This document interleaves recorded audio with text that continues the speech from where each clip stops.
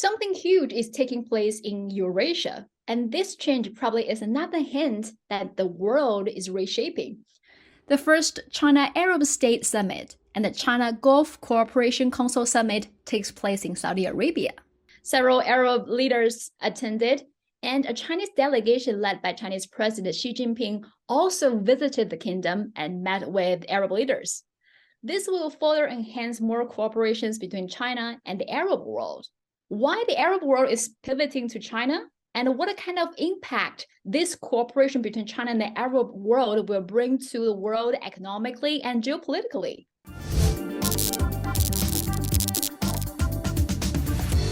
Welcome, everybody. Welcome to Talk It Out with me, Li Jingjing. This show aims to show you the different voices and stories that are often neglected by the Western mainstream media. So to understand this trend, in this episode, I bring back my friend, Hussein Askary. He is the West Asia coordinator for the Schiller Institute based in Sweden. He is of Iraqi descent and has thorough knowledge on the Belt and Road Initiative. So Hussein, welcome back to the show. Thank you very much. It is a great pleasure for me to be with you. Our last interview was a great success, I guess. Yeah, of course. In previous episode, we discussed the Belt and Road Initiative, how important it is, and we debunked several lies, of course. And I'm so happy to have you back to discuss this cooperation between China and the Arab world. You're in Baghdad now, right? Yes, I'm in Baghdad for discussions with the people in the Iraqi Parliament, Council of Representatives, and other officials and experts on the importance of the Belt and Road. What does it imply for Iraq and the Arab world in general, and also what kind of joint cooperation should be taking place between China and Iraq specifically. You know what? Ahead of the summit, China's foreign ministry released a long report reviewing China's long-standing relations with the Arab countries and highlighted the strategic mutual trust in China-Arab ties in this new era. So I think it looks like this report points out the future directions between China and the Arab region. So can you share with us your thoughts on the importance of this cooperation between China and the Arab world, and especially what kind of importance, what kind of influence it will bring to the world economy, especially now we are all witnessing unprecedented changes in the world? Yes, definitely. I mean, the China-Arab relations go very long back in history, as this document from the Foreign Ministry just indicated. It goes back more than 2,000 years, and from the maritime Silk Road and also on the land Silk Road. Since more than 2,000 years ago, Arabs moved from the Gulf region, from Oman specifically, and visited Guangdong. We have, when Islam came to being in the 7th century, we had already Muslims in Guangzhou. There's the Huaisheng Mosque, which is one of the oldest mosques in the world, not only in China. It goes back to 630. So this is a very, very important relationship. We had diplomatic relations between China and the Muslim world since the 8th century. And we had great cooperation, even most importantly, cultural cooperation in science, philosophy, but also when paper industry came to the Muslim world from China. This was a great, great revolution in science and technology, because we had lots of scientific and philosophical work in the Muslim world and Arab world, but we didn't have enough material to write it on. So this was such a big revolution, like internet today. So that was thanks to the China-Arab cooperation. In the modern times, Arab-Chinese relations have been excellent. When China, in 1971, when China assumed its righteous position as the sole representative of the Chinese people in the United Nations General Assembly, 11 Arab nations voted for that, but also 3 of the Arab nations were originators of the resolution to have the People's Republic of China as the representative. China has had very strong and principled positions on Arab issues, especially the Palestinian issue, and is still committed to the right of the Palestinian people for self-determination, which is very, very important today. So the Arab world, as people should know, is that it stretches from West Asia, like Iraq is Iraq, Syria, Lebanon, Palestine, Jordan, and the Gulf countries. But then it crosses over to Africa, to Egypt, North Africa, Sudan, and we have also other countries like the Comoros in the Indian Ocean. This region is very, very important if you look at its location, geographical location. It's at the crossroads between three continents. It's also between Asia, Europe, and Africa. We have the connection between the Indian Ocean, the Red Sea, the Mediterranean. So this is one of the most important knots in the global trade and connectivity network, which the Belt and Road Initiative is rebuilding with modern means. The Arab countries are home to almost more than 2/3 of the oil and gas reserves in the world. It has a massive financial reserve, but also a very, very young population with great aspirations and demands for development.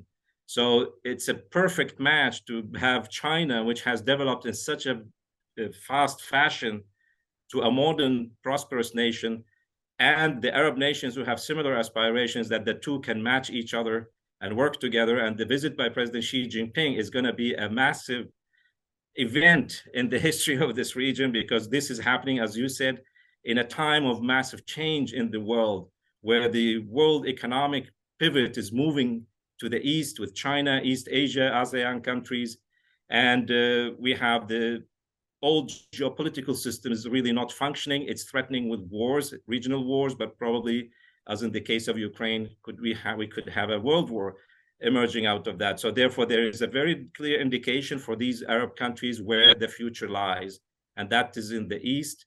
But also, the Arab nations can become a bridge between east and west, so we don't have a divided world once more. But that the world should unite between east and west in the Arab world around principles of economic cooperation and win-win, as President Xi Jinping phrases it, to build a future community for the future of the humankind.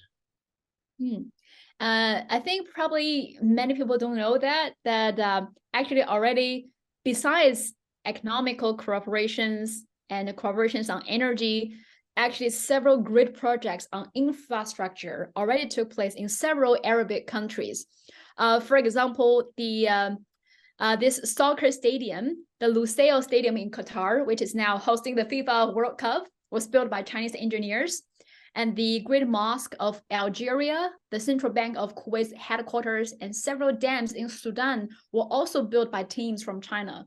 So I'm wondering, are there any similar projects in your home country, Iraq, that also took place? And what do you think the role of your home country, Iraq, in the Belt and Road Initiative, and China's role in reconstructing Iraq? Yeah, well, I think Iraq's position is very, very unique in the sense that it's at the very beginning of one of the six main Belt and Road corridors, which is the China, Central Asia, West Asia corridors. So when it comes to West Asia, Iraq is the central point, and then it branches from there into Syria, to the Mediterranean, and from Iraq to the Gulf countries and to the rest of West Asia. In that sense, Iraq is in a very great position. We are also connected to the Maritime Silk Road through the region of Basra, where now there is a major project to build a modern, great port of Fao, which is a contested issue, but we don't have time to discuss it now. So Iraq is in a great position to assume, as the Chinese ambassador to Iraq said recently, Mr. Sui Wei, that Iraq is a pearl on the Silk Road, and that's the Chinese view. In Iraq, we have had since 2003, and even before that, China was active in developing the oil and gas resources of Iraq, which is very, very important for Iraq's economy, because that's the main source of income for Iraq, has been for many years. And there are many projects in southern Iraq, for example, in developing oil fields and gas fields like the Halfa gas field. But we also had other important infrastructure projects where we have the rebuilding, but also building new power plants for electricity generation, which is one of the biggest problems in Iraq since the invasion in 2003, the American-British invasion. And that has been the source of disturbances where people were protesting every summer because the lack of electricity. And China has been contributing to rebuilding the electricity network, but also increasing the generation capacity. The Iraq and China, I mean, China is Iraq's largest trade partner. It is the same for most other Arab countries. Iraq exports around 1 million barrels of oil to China every day. And the trade between Iraq and China has been around $31 billion the last 2 years, and it's about to increase. But there's a bit of imbalance between what Iraq imports more in terms of oil to China than we import from China. It's mostly consumer goods and other some machinery. But what is demanded by the Iraqi people, and the government is trying to enhance that cooperation, is what we need more infrastructure projects, like in the transport sector, telecommunications sector, the water sector, agriculture, and industry. For example, we need to build Iraq's petrochemical industries, to build refineries where we can produce our own fuels, we can produce other chemical products, which will increase the added value of the oil we have in Iraq. So we have also important aspects of cooperation in the healthcare and education system. So there are many, many fields of cooperation which are demanded now by the Iraqi people, but also people in the parliament. And we have had agreements with China which now need to be reactivated because they have been dormant for some time. You mentioned the invasion, the Iraq war since 2003. I think it's, how to say, it's a little bit shame that nowadays people know so little about Iraq. When they think about the Iraq, or when they read news about Iraq, it's always about wars, destructions. But I think most people forgot Iraq was known as the cradle of civilizations. Many great things like Mesopotamian, all this birthplace of human civilization was actually originated from this region. But it's such a sad truth that people in this region couldn't achieve this kind of development, and people forgot that this was the cradle of civilization because of all these invasions brought by, say, Western forces. Because by March 2023, it will be 20 years anniversary for the Iraq war. On 2003 March, the US-led coalition made an invasion of Iraq and overthrew the government led by Saddam Hussein. And this still has enduring impact to this whole region, to the people in Iraq. So I'm wondering, can you share with us some of the legacy of this Western influence in that region? What kind of different lifestyle, what people in Iraq want nowadays? Yeah, well, I mean, we have had a tragic situation, not only the last 20 years, but the last 30 years, because since what we call the Kuwait War, the Gulf War in 1991, after Iraq's invasion of Kuwait, the former regime did that. The United States and the coalition which led the war at that time bombed Iraq's infrastructure to nothing, the power, water, and infrastructure. And then we had 10 years of incredible economic blockade, sanctions against Iraq, which had destroyed the education system, it destroyed the healthcare system. We had 500,000 children died of malnourishment in one of the wealthiest countries in the world at the time. Then the Secretary of State Madeleine Albright bragged that this was a right price to pay for the Iraqis to stop the ambitions of Saddam Hussein, which was a very, very cynical statement. And then we had in 2003 the illegal invasion of Iraq. As everybody knows, it was not according to UN resolutions. And in that war, the rest of what was left of the infrastructure was bombed first before the invasion. And Iraq was, as James Baker III sometimes said, bringing back Iraq to the Stone Age. These were really the conditions we had in Iraq for many years. And then under the so-called reconstruction period, very little of the infrastructure was rebuilt. Until today, we don't have enough electricity for the population. I mean, Iraq is the third largest exporter of oil in the world, but we don't have enough electricity for the people. We don't have clean drinking water.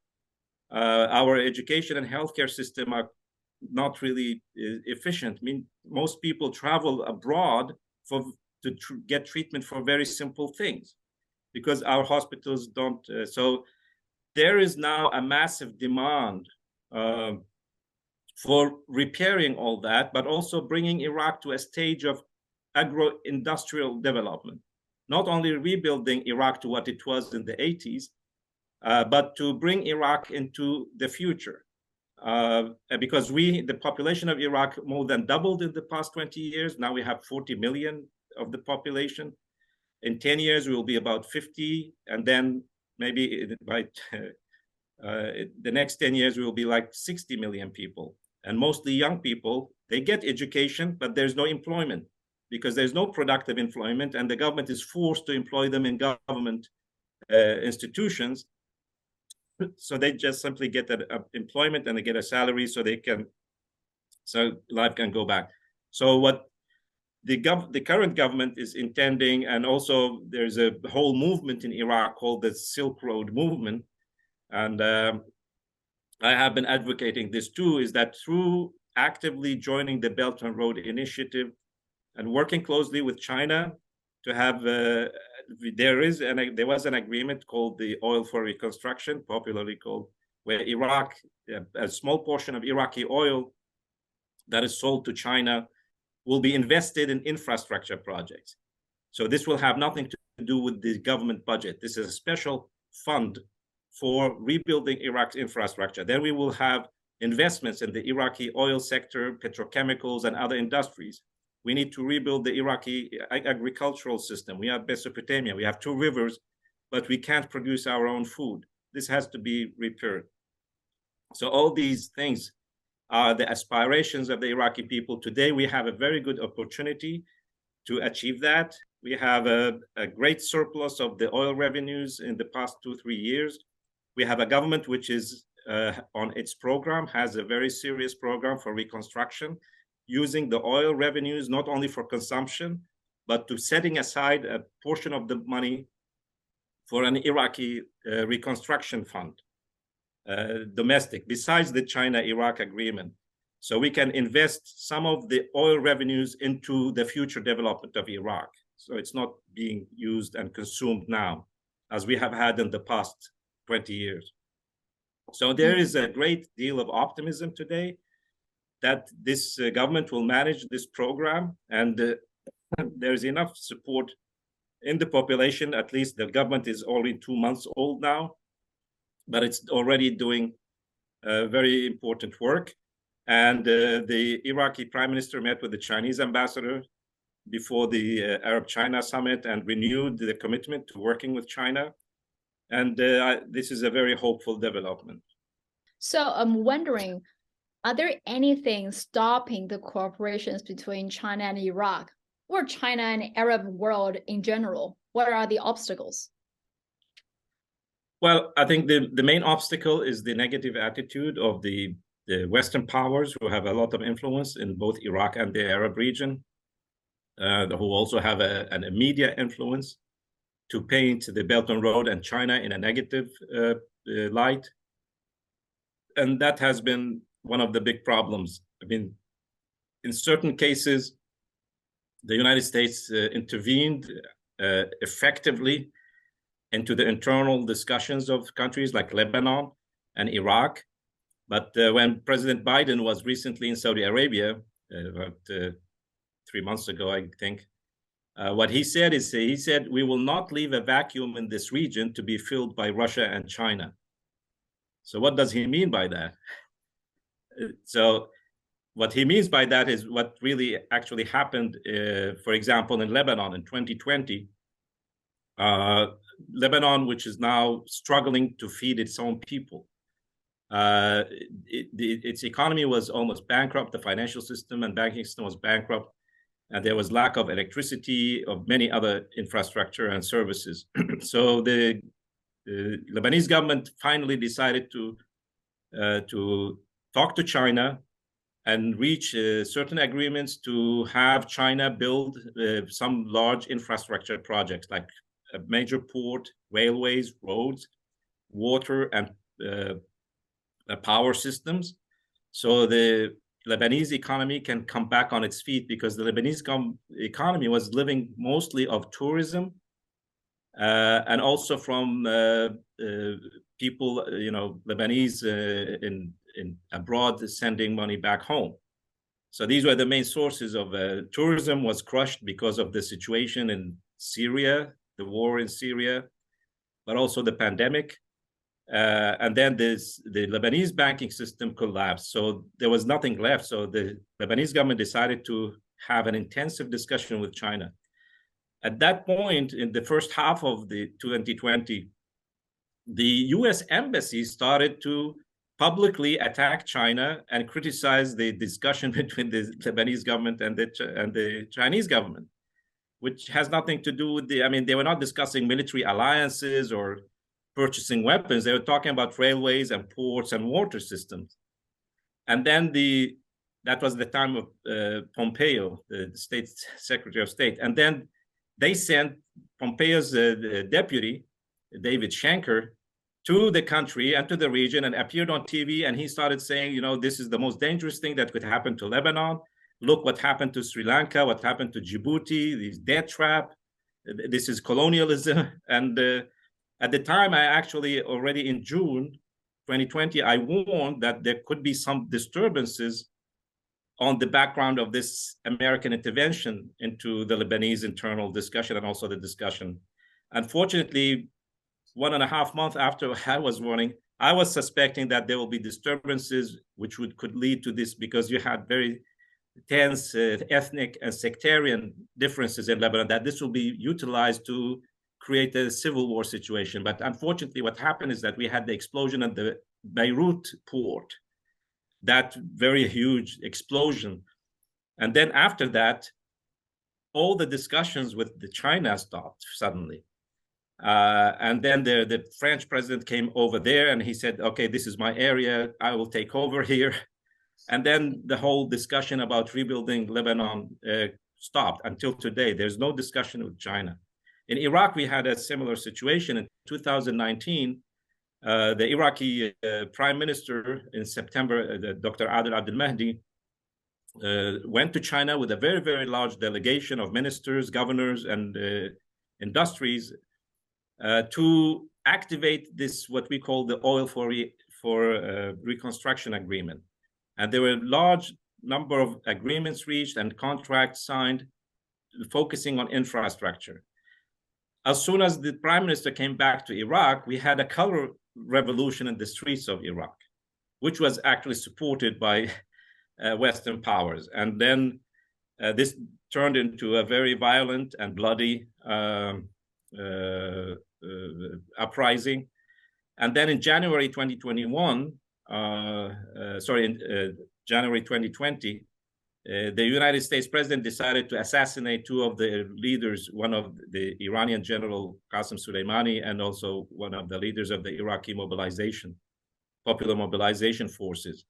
And that was the end of the government of Dr. Adel Abdel Mahdi. He was forced to resign. And then the new government which came in completely froze the whole discussion with China.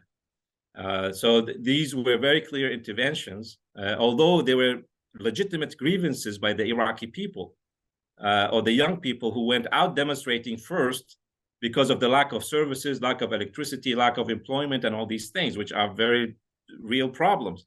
But then this was used by political forces to overthrow the same government which was intending to solve these problems in cooperation with China. So this is one of the big problems. Now, the current government is trying to go back and restart some of these agreements, but very carefully. But also it has its own plans for reconstruction, independent of China. But also it has said that we are open to everyone, not only China, we are open to all the other major economic powers, but based on the kind of offer that the Chinese side has offered us, because we don't have really major finances. We do have oil, but we want to exchange oil for projects, for reconstruction, for industry, for agriculture and technology. So this is the situation now. But this has been the constant problem for the Arab countries, the pressure from the United States and the EU to slow down or stop cooperation with China. But some new things have happened, especially this last year and this year.